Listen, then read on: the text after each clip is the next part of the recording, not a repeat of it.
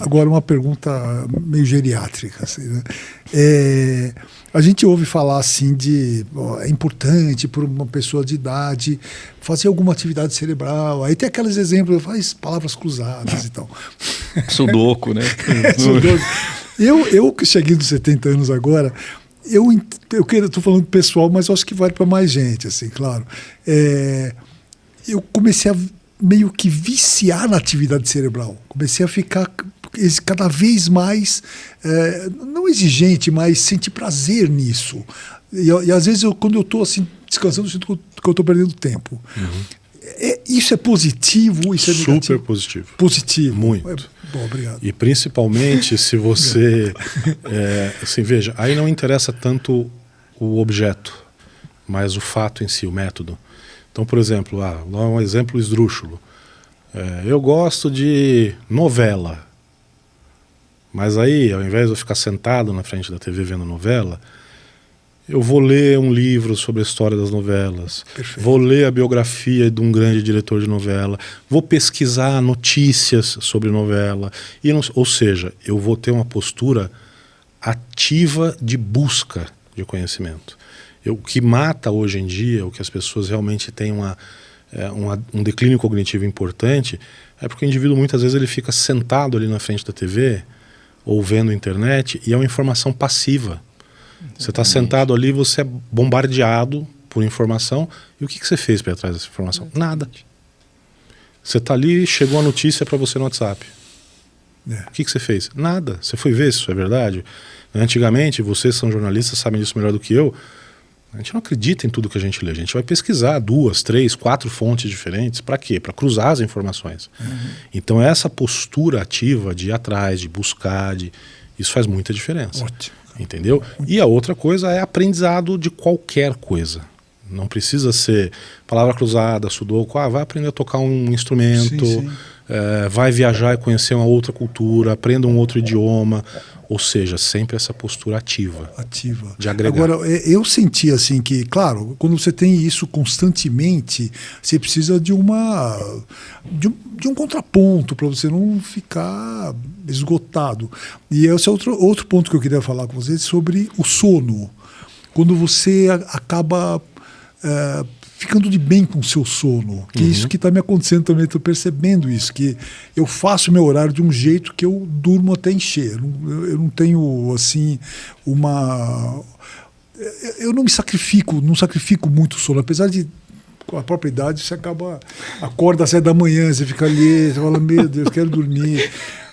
Mas não consegue dormir. Depois eu vou até, eu costumo trabalhar até 3, 4 da manhã, mas depois eu durmo o suficiente. Eu acho que isso é importante também. Fundamental. Né? O sono, ele entra aí na capacidade cognitiva pelo mecanismo do foco e da atenção.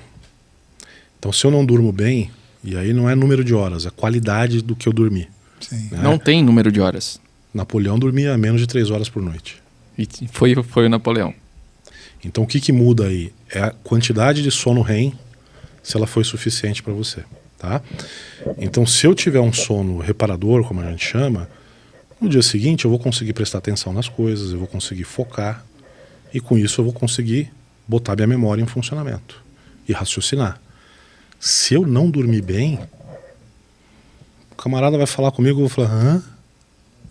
E como é que você dorme bem? Embora pareça uma pergunta absurda, não que é tipo de absurdo. comportamento? Isso assim? hoje em dia é um dos grandes sério? problemas. Deita e dorme, né? Fecha o olho. Não, isso é um dos grandes problemas, porque as pessoas elas têm, hoje a configuração dos quartos, por exemplo, são altamente ultra tecnológicos. Tem uma TV de não sei quantas polegadas, o carregador do celular ou do iPad fica do lado da cama, aí o cara pluga e fica ali, sendo que essa luz que vem emitida tanto da TV quanto do telefone ou do iPad, ela interfere na sua produção de melatonina.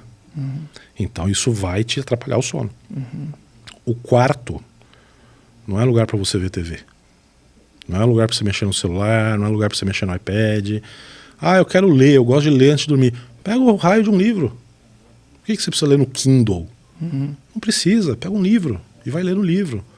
Não, mas eu gosto de ler no Kindle. Tá bom, vai ler no sofá. Porque o seu cérebro precisa entender que a hora que ele chegar ali é para dormir, é para descansar. Outras coisas que influenciam: ambiente escuro, um ambiente silencioso, um ambiente numa temperatura agradável, não é? E aí isso é muito individual. Por exemplo, eu gosto de dormir na geladeira. Agora, ultra pessoal.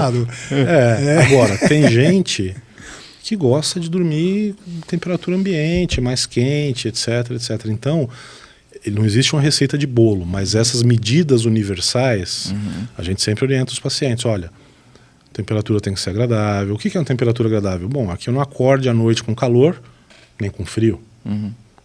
O que isso vai ser para você é diferente do que vai ser para mim. O ambiente precisa ser silencioso, o ambiente precisa ser escuro, porque isso interfere na produção de melatonina. Né? Então, uma série de coisas que hoje em dia a gente sabe, a gente orienta. Geralmente, quando a gente corrige essas pequenas coisas que a gente chama de higiene do sono, 80% das pessoas conseguem atingir um sono satisfatório. Óbvio que o nosso estilo de vida hoje, ele impacta bastante. Então, coisas, por exemplo, a gente mora em São Paulo. O cara do apartamento de cima que chega, pula da cama no chão, aí você ouve o barulho do elefante caindo no chão. Faz reforma às 8 da manhã. Reforma às 8 da manhã. Entendeu? Então, quer dizer, essas coisas Isso foi pessoal, não sei qual que é o vizinho, mas cuidado, amigo. Eu também não, pior é por isso. favor. Essas coisas são inevitáveis, né? Mas aí você vai dar um jeito de corrigir isso. Agora, outra com relação a sono também. Eu também, pegando meu exemplo, chega uma certa hora que se acumula um certo cansaço e tal, você precisa de alguma coisa que te ajude a dormir. Ah, um chazinho, então para mim não funciona o chazinho. Não dá. Eu fico sonhando quando eu faço endoscopia, que eu tomo Dormonide, é o melhor momento do meu ano, aquilo lá. Agora, eu pessoalmente tomo um relaxante muscular a cada 15 dias, para ter um sono. Aí eu tenho sono realmente, pode ter terremoto, eu durmo bem, me sinto bem depois e demoro 15 dias para tomar o próximo. Existe alguma coisa que você recomende para um caso assim? Um sono reparador, aquele sono que você fala, eu preciso dormir. Dago, isso também é individual pelo seguinte, precisa se entender qual é a fase do seu sono que está ruim. Então, por exemplo, vou dar um exemplo de uma droga, não o nome comercial, mas o nome da droga em si, né? Então, o Zolpidem, que muita gente toma para dormir. Funciona para todo mundo? Não. Porque o Zolpidem é um indutor do sono. Então ele funciona para aquela pessoa que vai deitar e fica igual frango de padaria, roda para um lado, roda para o outro e não dorme. Horrível. E aí o cara aí entra num círculo vicioso, porque aí o cara vai olhando no relógio e fala, porra, 2 horas da manhã não dormi ainda, amanhã eu tenho que acordar às 6. Horrível. Porra, 3 horas da manhã não dormi ainda. Pô, esse cara precisa de um Zolpidem. Ah, não, olha, eu sou bom de cama, eu deito e durmo. Tá, mas aí passa 40 minutos e eu acordo. Entende? Tá. Por exemplo, eu não posso dar para você um Dormonide para você dormir se você tiver uma alteração na sua próstata que faça você levantar a cada 1h30 para urinar. Sim, sim. Entende? Não será, o resultado não será agradável. Não vai ser muito interessante. Então, todos esses aspectos a gente analisa. Óbvio que existem medidas gerais.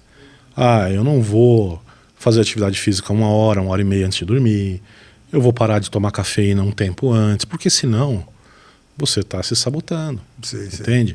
Agora, você usar uma medicação para você dormir que seja um psicotrópico, como a gente chama, tipo um Zolpidem, um clonazepam, um diazepam, esporadicamente não vai te acarretar problema. Tá.